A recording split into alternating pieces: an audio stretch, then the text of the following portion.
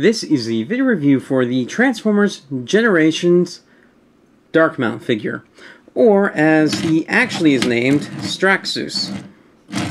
And he is a kind of a half-track tank thing.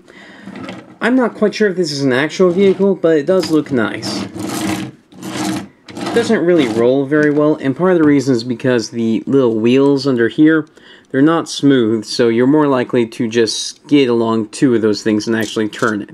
It works a bit better on the carpet, but it's pretty shitty wheel design. And you can turn this around, it's a nice turret, and then lift this up and down.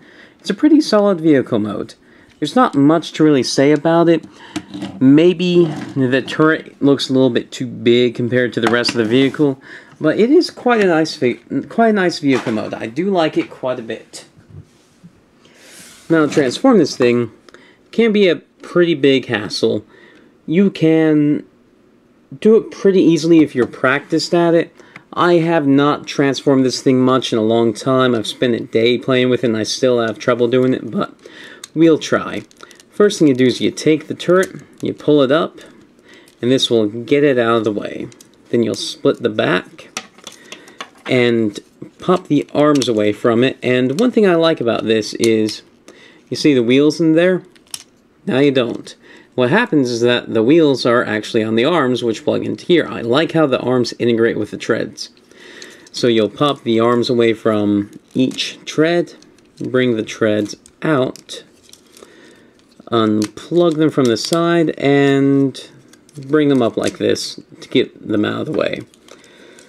Next, what we will do is we will take the arms, we will rotate them under the tread sections while trying not to pop the treads off until this wheel is under here like this.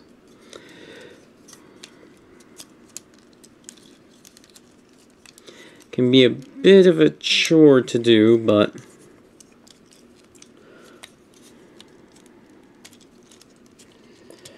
once you get it, you got it. There we go. So we have both of the arms through like that. We can straighten them up.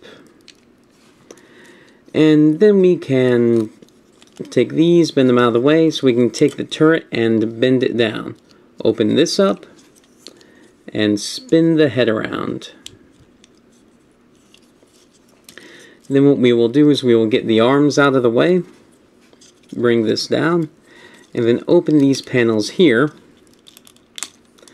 And doing that will allow us to take the sides of the turret, pull them out. They're picked on pretty good. Take this off, it's his weapon. You can leave it on so it's not actually really parts for him, but taking it off makes things a lot easier. Then bring the legs down, close these hatches, pop the heels out here, and then pop the feet down. Then pop this crotch piece up and get everything aligned a bit. Bring this up here and peg it into place, and we are most of the way done. Next, we'll take the treads, bend them down, and then plug them together. If you were just storing this on the figure, you would plug it back into here and then run this through his back. These would interfere with the legs a little bit, but not too much, so you can store this in robot mode without parts forming. Then you'll straighten out the arms and pull these out to the side. And let me readjust my camera. And here is Straxus in robot mode, and I really like the way he looks. I love the way he transforms, although it can be a bit troublesome. I love the way the legs transform. I think it's brilliant having them be the turret. And I just really like the way this figure looks. He looks big, intimidating, and just really nice. His thighs are a little bit tiny, but that's why he has these things right here from his shins to kind of cover them up, to beef them up, and then his lower legs look quite beefy. And one thing I really like about mine, I don't know if this was on all of them, I don't think so, I think it's actually a quality issue on mine, but if you see, he has stress marks under his eyes, It almost makes it look like he's crying, which with his big, bulky body, ends up looking really intimidating, almost like one of those black tear tattoos that inmates always have in movies. It looks intimidating, it looks cool, and I really like this figure. Now for articulation, that can rotate around 360, arms go forward, back, bend at the elbow, and then bend sideways like this. And this really does help him have a lot of posability because it allows you to get the arm into a very subtle position where it looks just right.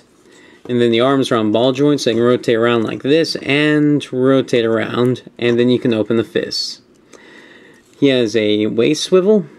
His legs go forward, back, in, out, rotate above the knee, bend 90 at the knee, and then the feet can go about that far back, quite a bit forward, and a little bit of side to side, more outwards than inwards, so it's not as useful as it could be, but you can use it. Now for his weapon, you can put this in to his hand, and then close it, and push this down to kind of make it look more intimidating, or to, not make it look more intimidating, what am I saying, to kind of secure it down, and here we go. I really like his pickaxe weapon. I think it suits him. It's kind of a strange weapon choice, but it works. And then you can even do a dual wielding or a dual hand thing like this pretty easily. So his arms are really nice. You can do a lot with them.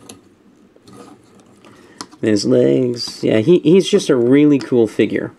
He has his problems, but all the kibble from the vehicle mode tends to stay out of the way. These shoulder panels look good. This makes his back look really strong and impressive, and he's just a really nice figure. I really like him. If he were just a little bit less fiddly to transform, I would like him a lot more, and I could recommend him a lot more, but as is, he is a good figure. So yeah, I do recommend him. So I review Transformers, Power Rangers figures, Marvel figures, Macross figures, just a ton of stuff. If any of that sounds interesting, please subscribe.